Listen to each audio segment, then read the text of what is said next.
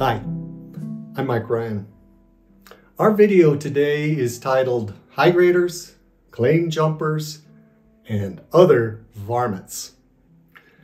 Now, I wish Philip Chambliss were here to give this talk because I don't know anybody who knows more about turquoise claims than Philip.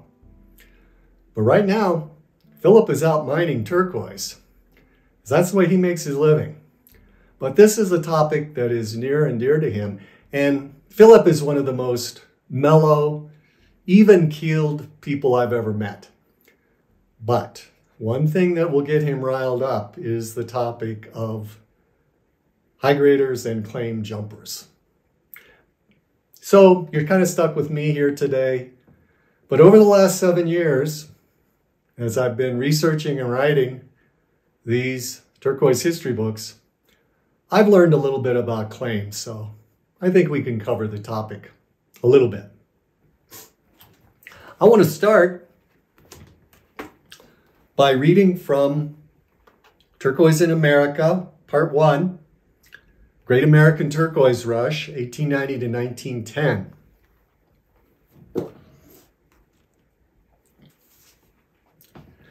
When the renewed interest in mining started, unlike the eastern United States, most of the land in the West was publicly owned. The Homestead Act provided a path to land ownership. Any citizen over the age of 21 could acquire property provided they lived on the land, built a home, and maintained a farm or ranch on the property for 5 years. The General Mining Act of 1872 allowed any citizen of the United States to acquire the right to mine for specified minerals on public lands. The steps were to locate a claim on the ground and post corner markers indicating the claim boundaries. And then filing or locating with the mining district or county recorder.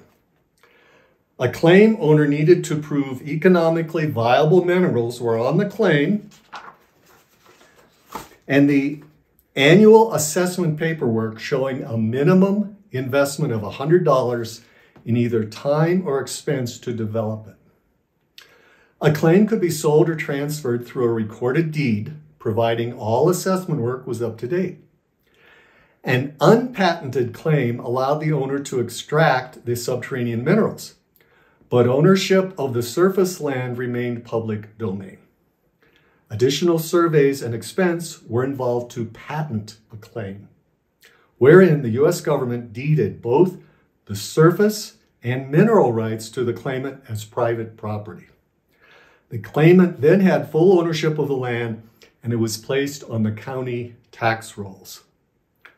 The claims discussed in our narrative were at first unpatented, but over time many of them were patented. Now, one comment about patented and unpatented claims. At the present time, it's very difficult to patent a claim. And most of the patent claims we see right now are associated with the large precious metal mining companies. So they will go in and patent claims. They want to own that land that they're mining on.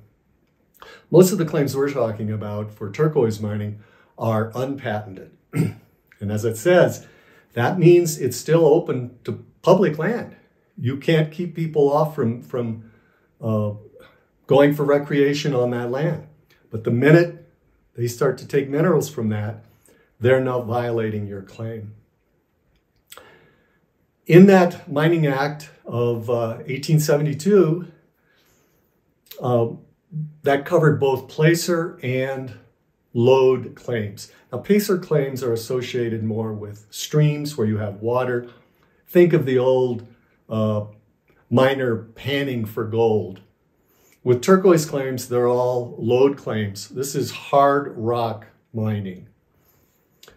Another change we've had since that law was in place was additional fees. You now have the involvement of the Bureau of Land Management, and there can be other fees associated with that.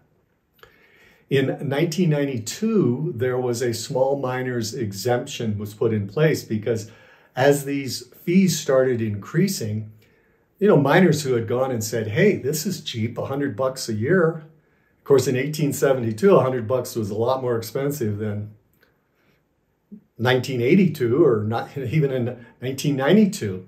But in 1992, the law was changed. You had these fees. It was getting expensive to have hundreds of claims. So they gave a small miners exemption, which meant that if you had 10 claims or less, you did not have to meet certain filing and fee requirements. One thing that has really added to the expense for miners has been the safety regulations under MSHA, the Mining Safety Act, and the environmental protection. Now, one size fits all with a lot of these laws, so that means a copper mine that's using sulfuric acid and dumping all this stuff into the groundwater and creating these horrible environmental conditions is under the same law as a turquoise miner who's digging a septic tank size hole in the ground and is not using any chemicals, not really causing any environmental problem. But when it comes to filing for their plan of operation, they have to file these similar standards, and it's very costly. They have to put up a bond which proves that you're going to be in a position to do reclamation after you've dug your little hole. All of these have added to the expense and difficulty of turquoise mining. And that's why the involvement of high graders can be so costly to these small business owners. And high graders are basically thieves. They are the ones who will come in, learn where a mine is, learn perhaps that the miner's not going to be there and for a certain period of time because they're somewhere else mining or doing something else. And they'll go in there and then they'll just dig around, and any turquoise that was left or that the miner has yet to be able to pick through the dumps, they'll steal it. They'll steal their turquoise. And you can imagine when your cost of stealing the turquoise is just your gas to get out there and maybe a guilty conscience, you take that turquoise, you put it in the market, and here the poor miner has gotten all this expense going into it, and they see turquoise, their own turquoise, on the market that's sold for half of what they have to charge because they have all this expense. It's a serious problem. And in the old days, it would be akin to cattle rustling, people stealing your cattle. Well, we know how we used to handle cattle rustlers. And believe me, even though they would never take the same action, I think a lot of turquoise miners have that in the back of their mind as to how they handle these high graders. So be respectful. If you're out there, know where the claims are. Don't go out there. Don't take the bread out of these turquoise miners' mouths. The other area we have are claim jumpers. Now, claim jumping again goes to the establishment of the Mining Act, where you have to set your corner posts. Well, you're not going out there when you're doing this with professional survey equipment and satellite GPS and knowing exactly how you're doing that. And you know, anybody who's been out and hiked in these rough lands, walking in a straight line is not easy. You're up and down and around and through. So setting these corner posts are not always as exact as perhaps they should be. The other thing is a lot of people go out, they don't take the time to go to the recorder's office, and if you're looking into a certain area to stake a claim, they don't find out, well, is there anything else, other claims in the area? So they'll go out, stake a claim, and oftentimes you will stake your claim over an existing claim. Now, not exactly over it, but your lines and their lines will intersect, and there will be areas where you're overclaiming the same land. But let's say you stake yours, you've overclaimed, but you have one little sliver that they didn't claim. So you still have legal right to that. And that becomes a real problem because you can imagine somebody's been out there, they've staked their claims, they see somebody else who overstaked them, and they're out digging away, and they go, wait a minute, you're digging on my claim. Well, maybe not. It may just be an area where they've overstaked and you're not. So it gets very confused, very complicated. The jumping part comes in where you have 90 days from the time you've set your corner posts to when you can go in and you need to file with the county recorder, the BLM.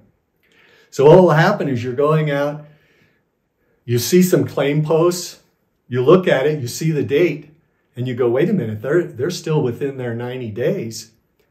That person runs off to the recorder and finds that it hasn't been located, hasn't been legally claimed. They'll locate it. And that's when they're jumping a claim. That happens. Oftentimes what you have is just miscommunications. You're overstaking, and it's just a question of communicating, talking, making sure that you are respecting each other's boundaries, areas. Really, the secret is to learn the rules.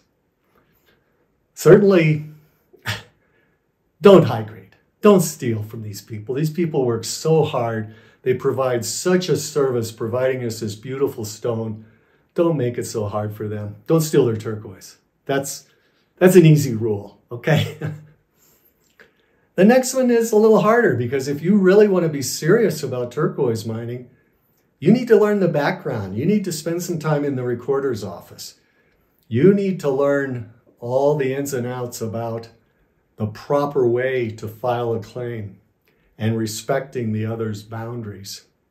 And if we all do that, I can leave off the varmint part of this video.